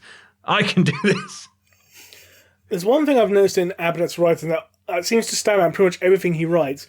Has anyone else noticed that he tends to like the use of the term wet leopard growl? No. It's been a long time since I've read any Abnett, so... The only thing that really stood out to me was that he writes cocky, and it's like impressive. I don't know what it was. The tone of it always seemed to be quite cocky. And when people would like retort to each other, it was always like not sassy, but it was always just a little bit like ooh. And I think he does that sort of, looking down the nose very well. Yeah, I can see that. Yeah. But that's about all I have to add to that. Rice Krispie squares are the best. There's another thing. There you go. That's my 2 cents. There you go. Okay, let's dive a little deeper. Toward the end of the Horus Heresy novel Scars, Jagatai Khan tells Mortarion that he knows he arrived to Prospero in an attempt to pull Jagatai towards his side of the conflict and not necessarily Horus's. I haven't read Scars, so I'm kind of just having to read this verbatim. I'm not 100% if this is true. I'll be honest, it's been a long time since I read Scars, because I think I read that back in 2015. Sounds about right, yeah. But essentially what they're suggesting is that when Mortarion came to Prospero to get Khan, he wasn't getting him for the traitors, he was getting him for Team Mortarion. So they're sort of suggesting, if Mortarion had managed to do that, could we have seen a civil war within a civil war, and would this have prevented the 14th's fall to Nurgle? The answer to the latter question is no, not at all. Nurgle had the 14th right where he wanted them the entire time. I mean, if Mortarion tried to make a coup against Horus, then Horus just did the same to Mortarion what he did to Lorgar and just bitch slap and put him back into place. Accurate. Yeah, from the limited knowledge I have of this sort of stuff, you don't really get to step out of line too much like that, do you? No, and even amongst the traitors, where during the Horus Heresy, the traitors are a lot more scattered, doing their own thing, and then they bring it all in at the end.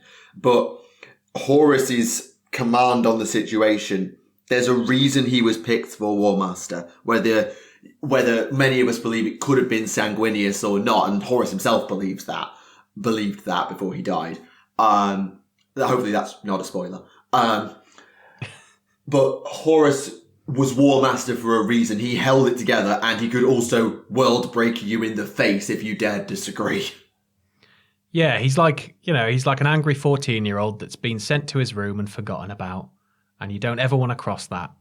You just never want to cross that. It's just too much trouble. Far too much trouble. Ooh, interesting. Interesting. I just didn't really have a retort to it, so I was just going to move straight on. I'm just loving the awkward silences. It's great. Like whenever I don't like beans. There you go. There's another one. Crack on. Right. A bit of a philosophical question. Would the Emperor have been better served to have accepted the idea that he was a god? Because in the run-up to the Horus Heresy, during the Great Crusade, Lorgar Aurelian, the bleep, worshipped openly the Emperor as a god and was converting worlds as he went along. This all happens before the Heresy, so this is not Heresy spoilers. The Emperor was having none of that noise, and it is argued, and if you read the first Heretic, you might see this, it is argued that possibly the Emperor slapping down the word bearers as hard as he did may have partly contributed to Lorgar's fall, and thus the entire Horus Heresy, if you've read False Gods. So, would the Emperor have just been better off to accept, okay, so you think I'm a god? Fine, if that's what you think. Crack on. It's a moral argument that I can join in on, yes. I think that, because at the heart of it all is the fact that I guess the Emperor's just wanting to be very transparent with everybody, that like that's his vision for it. Nope. That's that. But it's sort of in the way that like there is no religion, let's just focus on this. There's no religion. Like, I think people are naturally always going to gravitate back toward a belief in something, and to lowly human beings suffering through this existence in this time. He's the closest thing that you would ever see to God. Like, he's the closest thing. And so when you see him and you see what he's capable of, I think that I think people would just have no choice but to start believing that he was a god. And I think it would have benefited him greatly to make that lie and go with it, because then he could have turned it all on side and he could have stopped everything from getting a bit too creepy and weird and corrupt. And he could have turned it into the image of something very pure that's fighting against something very bad, which they already sort of had, but, they could have... It maybe wouldn't have been so much of a dystopia if the people all had something to believe in and the Emperor went along with it. It's because it's interesting, because if the Emperor accepts, okay, maybe I'm a god, therefore his atheistic Imperial Truth, because that's what the Imperial Truth was, it was atheistic, goes in the bin. And the second point is, if there is a god, why not more? Because as the Great Crusade expanded, it found a lot more and more and more and more and more worlds, Colchis included, Lorgar's home, that worshipped other gods, the Chaos gods, and one of the Emperor's big objectives was kill Chaos and make sure no one knows that the Chaos gods are a thing, so they can't be worshipped and thus can't receive any power. So if he has to admit to himself and the universe, okay, maybe I'm a god, and that creates the worship of him, then if there is a god, there must be a Satan. There must be a dark reflection of that. Every light casts a shadow and all of that nonsense. That is very true, yeah. So he's trying to hide the fact that the Chaos gods exist so he can kill them, while at the same time, the fact that he's denying his thing and others are worshipping them quietly is driving the divide that ultimately broke the Imperium in two. I understand exactly why you think, in hindsight, why didn't you just go along with it? Because then you have to rip the Imperial Truth up and start again. I think, it's difficult, because if it was a case of, the legions and legions of Space Marines were in on it, and there were no other humans out there that weren't in on it and couldn't be sworn to some level of high secrecy, and, everybody was just based on Earth, he could probably get away with it. But the problem with, I guess, going out into space is, one, it's a very scientific endeavor. Two, you are going to run into civilizations that do worship other people. And then you bring up the whole thing of false gods. And then it's like, okay, so their god isn't real. But then it's, well, what makes you real? And that gives rise to doubtful thought, which gives rise to, all sorts of chaos and carnage going on when people start turning against each other in their belief systems, because the belief system would have probably never remained pure. Like, it'll be, well, one faction believes the Emperor's not God, but he's like, he's sent by God, and then it'll break Welcome off to the Adeptus Mechanicus, actually. Welcome to the Adeptus Mechanicus. But it's sort of, I think, had the fate ultimately been the same, and they were somehow able to skirt around the general populace and the general, humanity, the general mass of humanity, from finding out that, there's other shit out there and all that stuff, then, and he still wound up on the throne and everything happened as it did somehow, then it would have maybe been better now, because people would still be worshipping him as this eternal being sat upon a golden throne. But as everything's about to go to shit with the throne. But it's, I don't know. I think maybe if everything had happened the same and you could have controlled it, it would have worked better. But I don't know. Yeah, like if he could have had a codified imperial creed that he was able to influence the writings of, rather than it being essentially built off of Lorgar's own text. Yes, Imperium, eat that irony. and then twisted and twisted over the millennia by humans who never ever saw the Emperor's word put to paper on the issue. Certainly, the Imperial Creed would look different now had the Emperor had a chance to sort of write a draft version of it and gone along with it. It's a really difficult situation, and I don't think there is a right answer as to whether he would have been better off. I think, as you say, if everything had happened the same anyway, yes, he probably would have been better off. But if he had done it, then it would have played out entirely differently. Entirely differently, yeah. Yeah, it's difficult. Right, let's go have a hunt.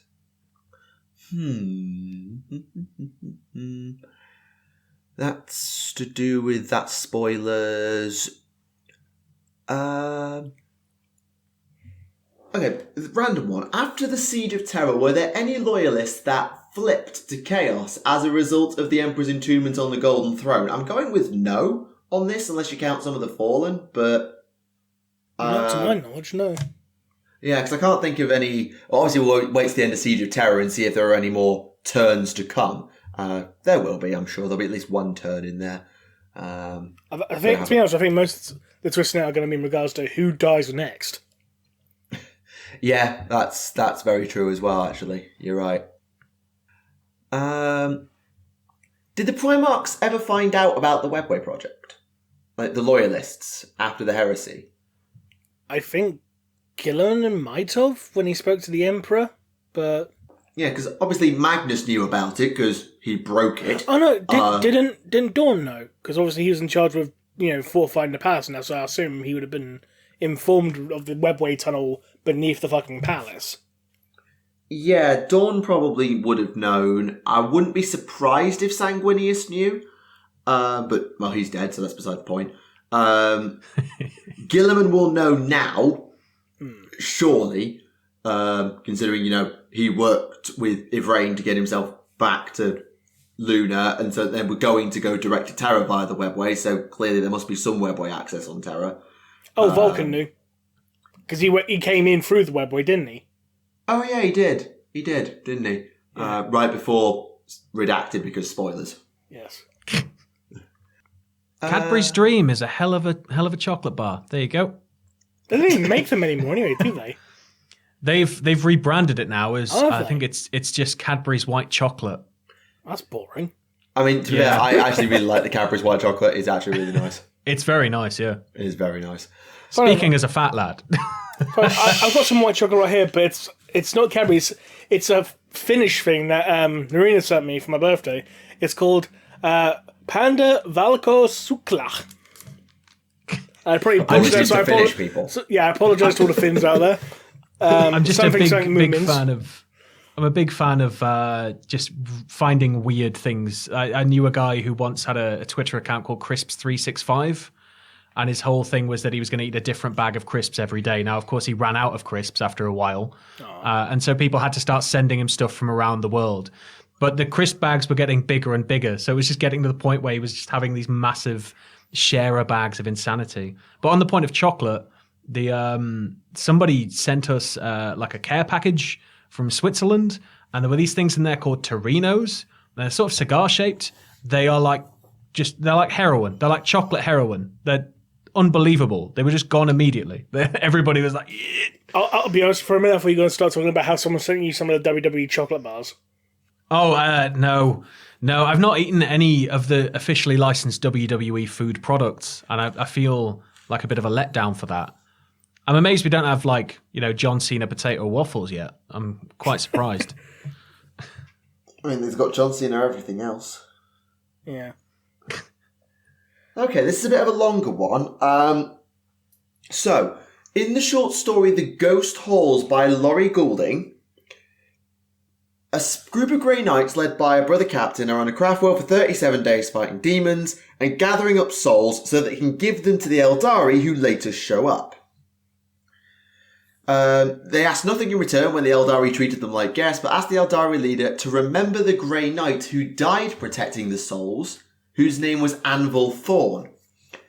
Right. This surprised the Eldari... Hang on. This surprised the Eldari that later he ran into a Farseer enclave to say that Anvil Thorne, the last Perpetual, is a Grey Knight. My question is, who is Anvil Thorne? Why is he such a big deal for the Eldari? Why would the Grey Knights have bothered helping the Eldari? And is any of this even still canon? I mean, Anvil Thorne is a Grey Knight who's a Perpetual. So that's that question answered.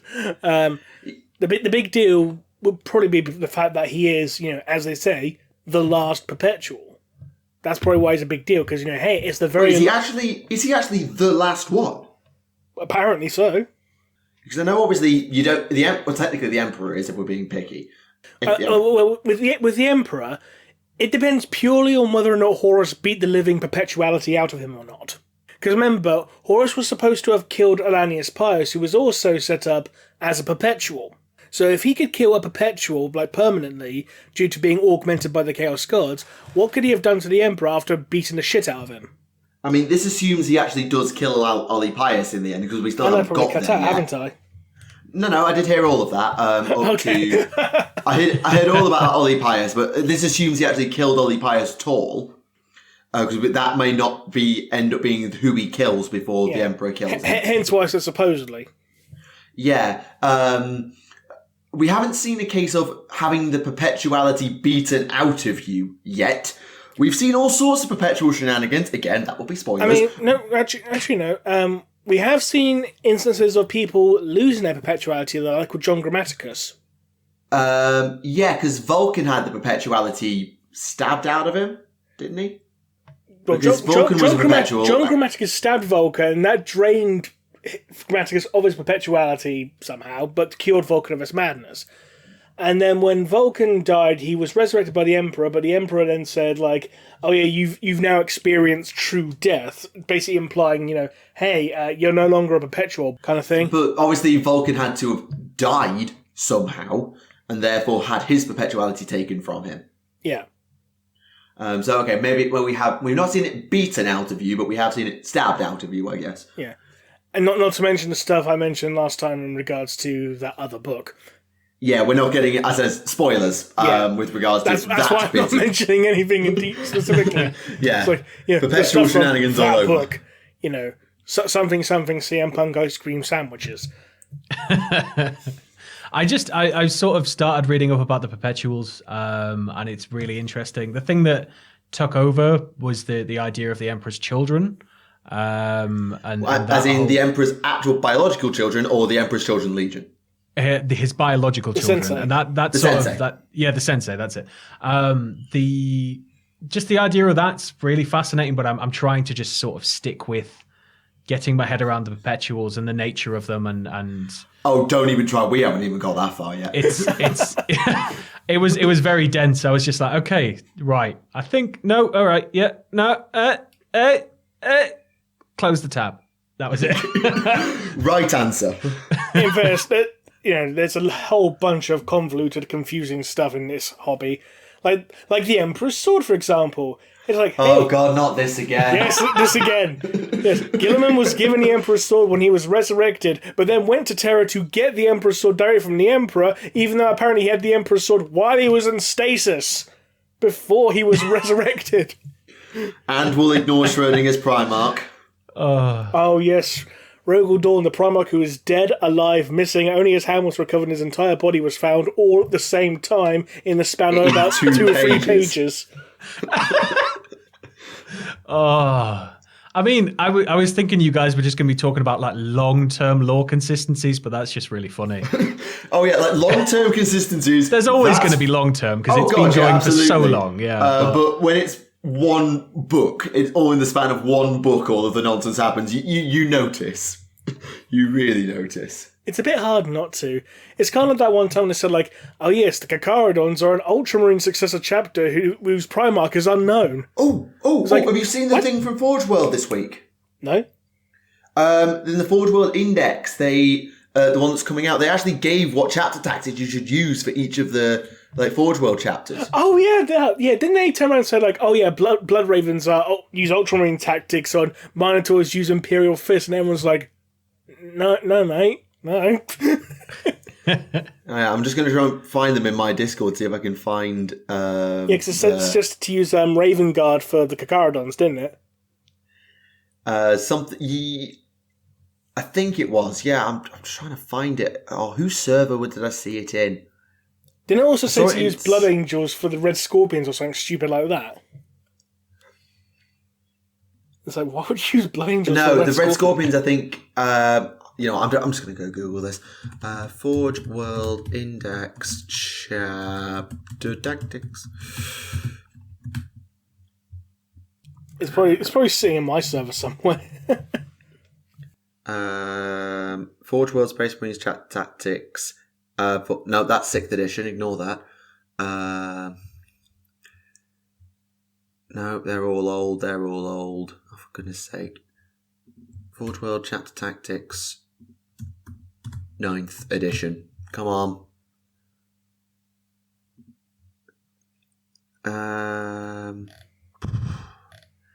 No, I can't find it at a quick glance. The comments will be yelling at me and typing away. Tack, it's this and that and this and that and this and that. I just can't find it, all right? I just can't find it.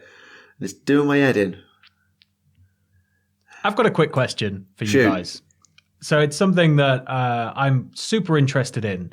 And I don't know much about, but I know that it's like, top secret, nobody can know stuff. Do you think we're ever going to have any real heavy expansion on the Lost Legions? No. No?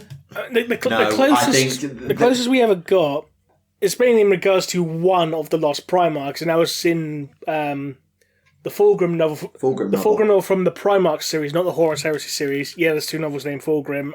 It's not confusing at all. Fulgrim the Palatine Phoenix, is even its full name. Which basically said, the Master of the Second Legion, yes, he was quiet and didn't spoke so much, but, he found little humour, and that's why he, Fulgrim thought that was the pot calling the kettle black kind of thing. He may as well have just said, well, he was certainly a Primarch, and moved on. Well, I think a lot of times the authors, if they have tried to talk about the Lost Primarchs, have been wound right back in.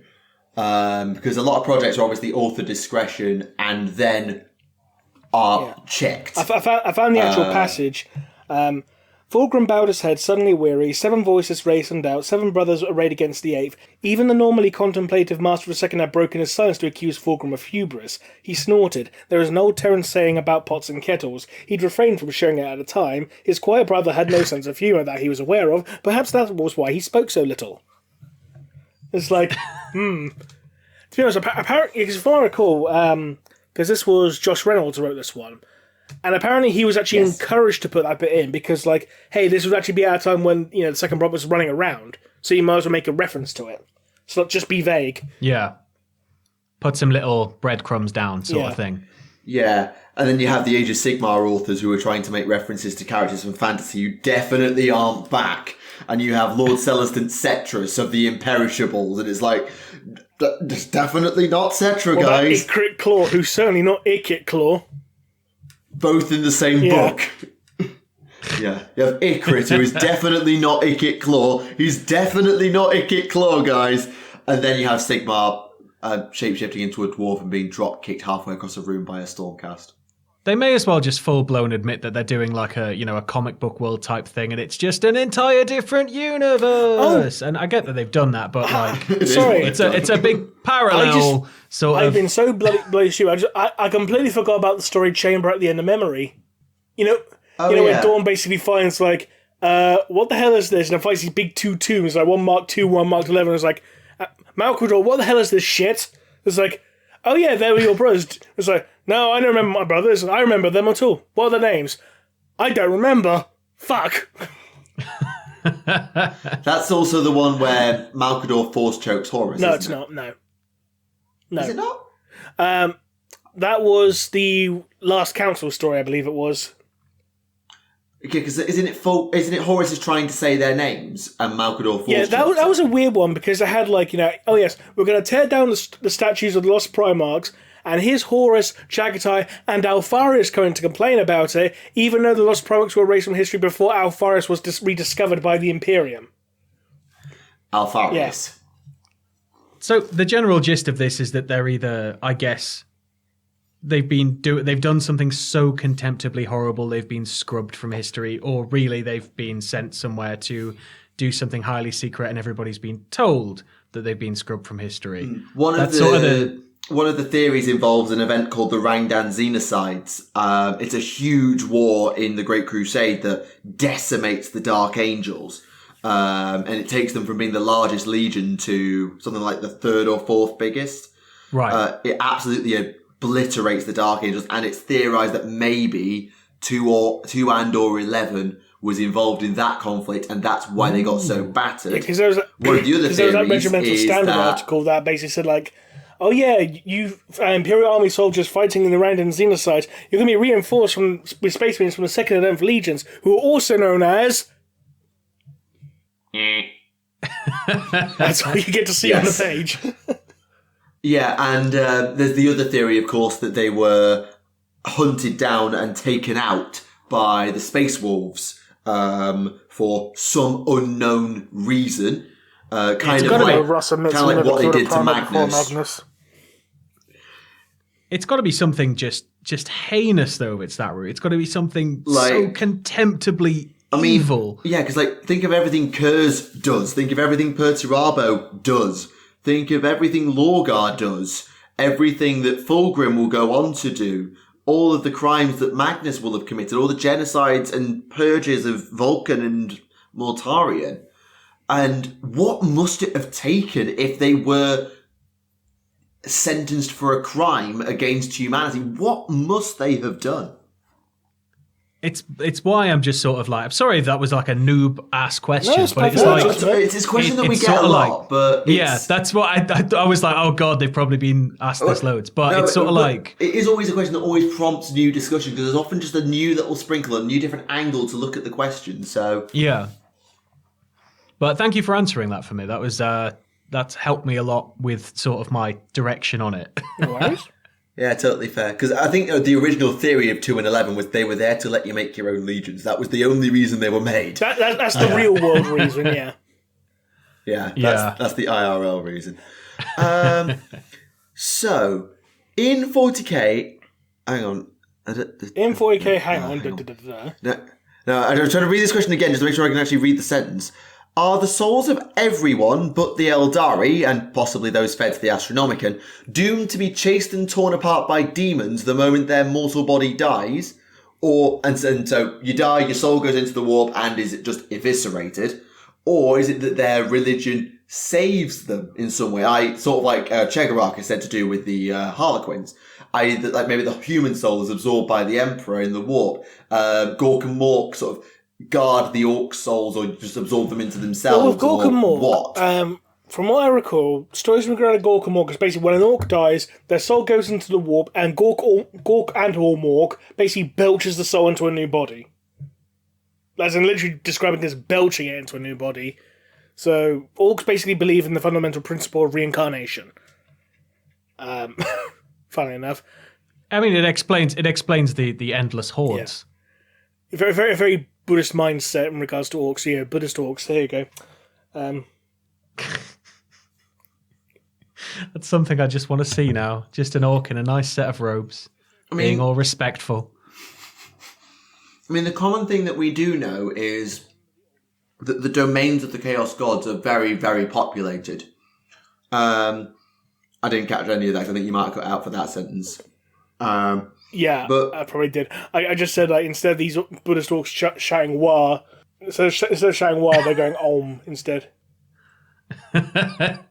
Or they're just quietly wagging to themselves.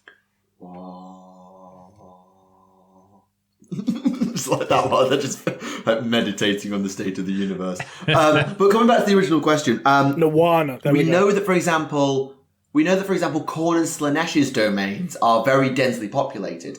Khorne's forges are manned by demons, but a lot of the areas are like the bones and the bodies and the skulls and all that are dead warriors, or those who were slaughtered as cowards or fled battle or died in their sleep and things like that. And a lot of them are enslaved in Khorne's realm.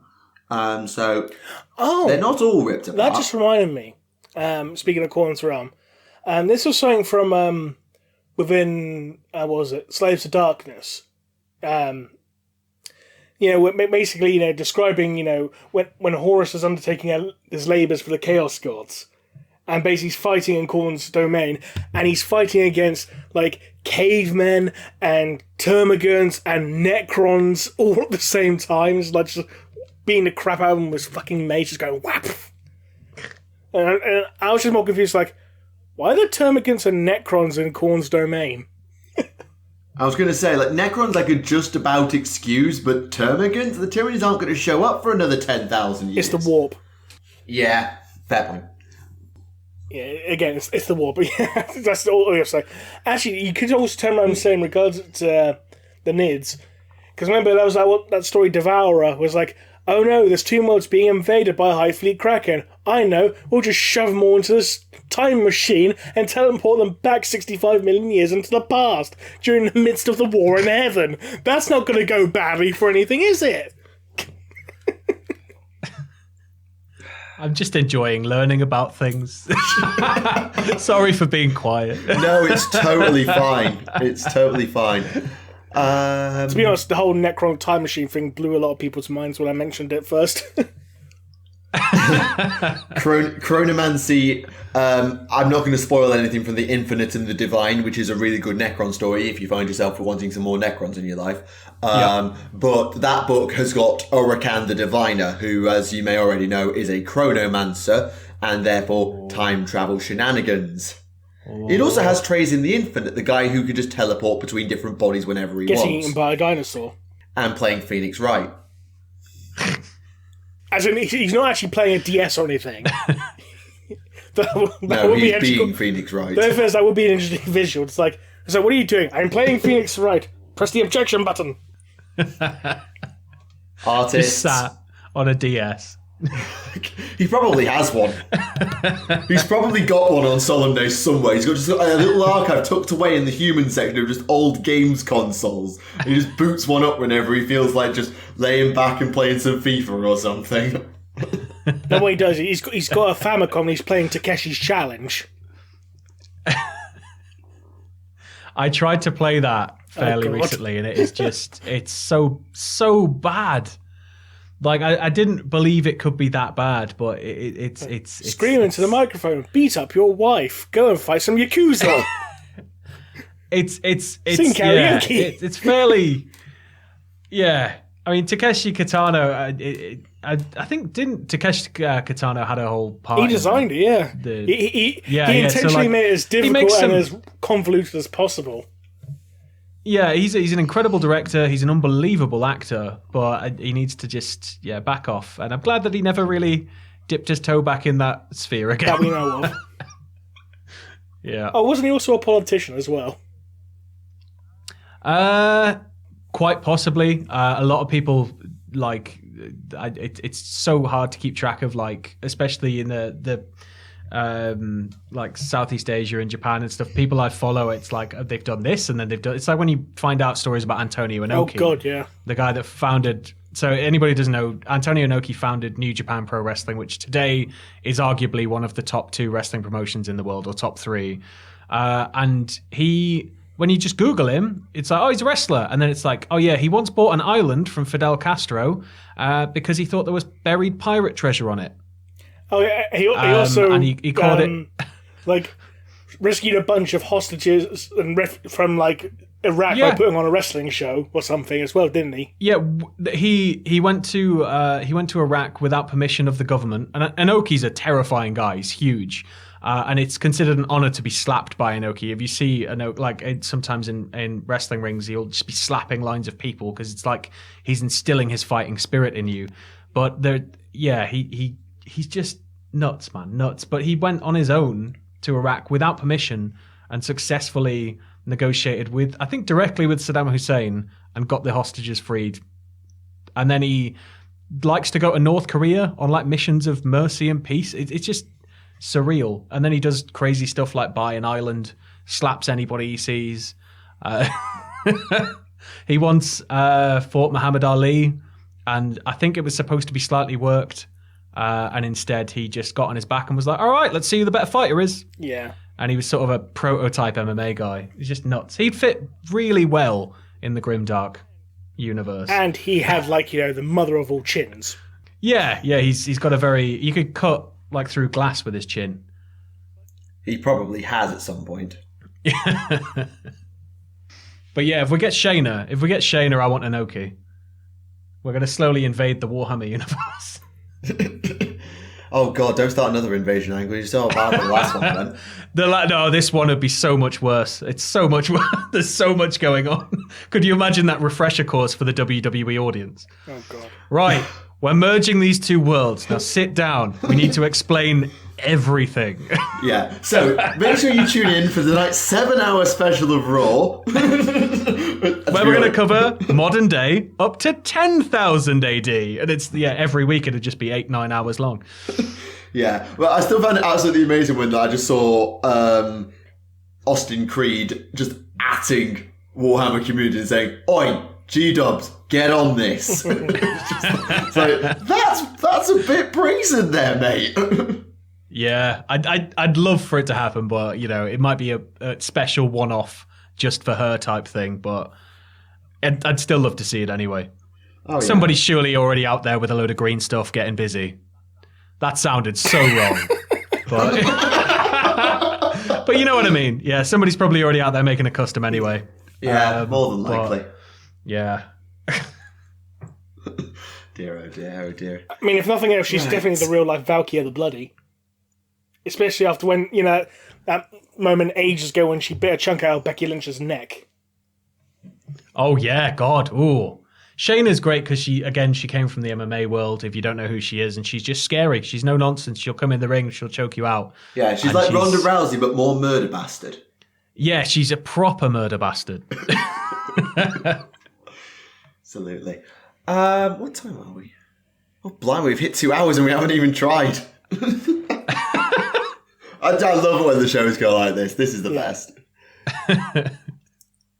Right. Do you think we can sneak one more in, or do you want to wrap it up, Rem? Because I'm conscious of you might be getting. We'll probably get one more question, and let's do one more. Okay, let's finish on a meme. Do the Alpha Legion play Among Us?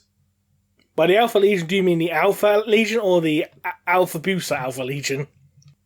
The Legion, Alpha Legion. Probably not. No. Yeah, I thought I'd end on just something silly.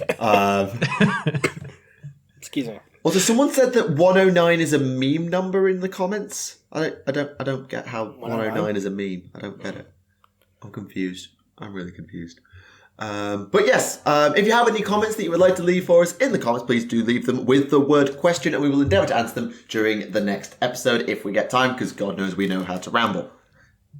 I'm still trying to wrap my brain out over how 109 is a meme, because I know why 69 is a meme, and I also know why 177013 is a meme.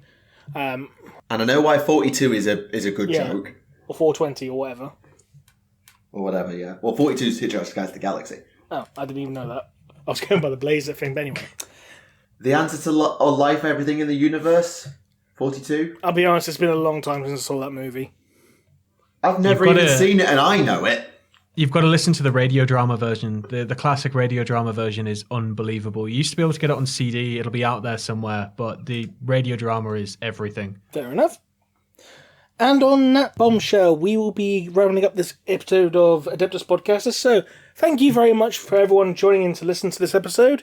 We hope you enjoyed it as much as we did. And thank you very much to Sam Driver for joining us this episode.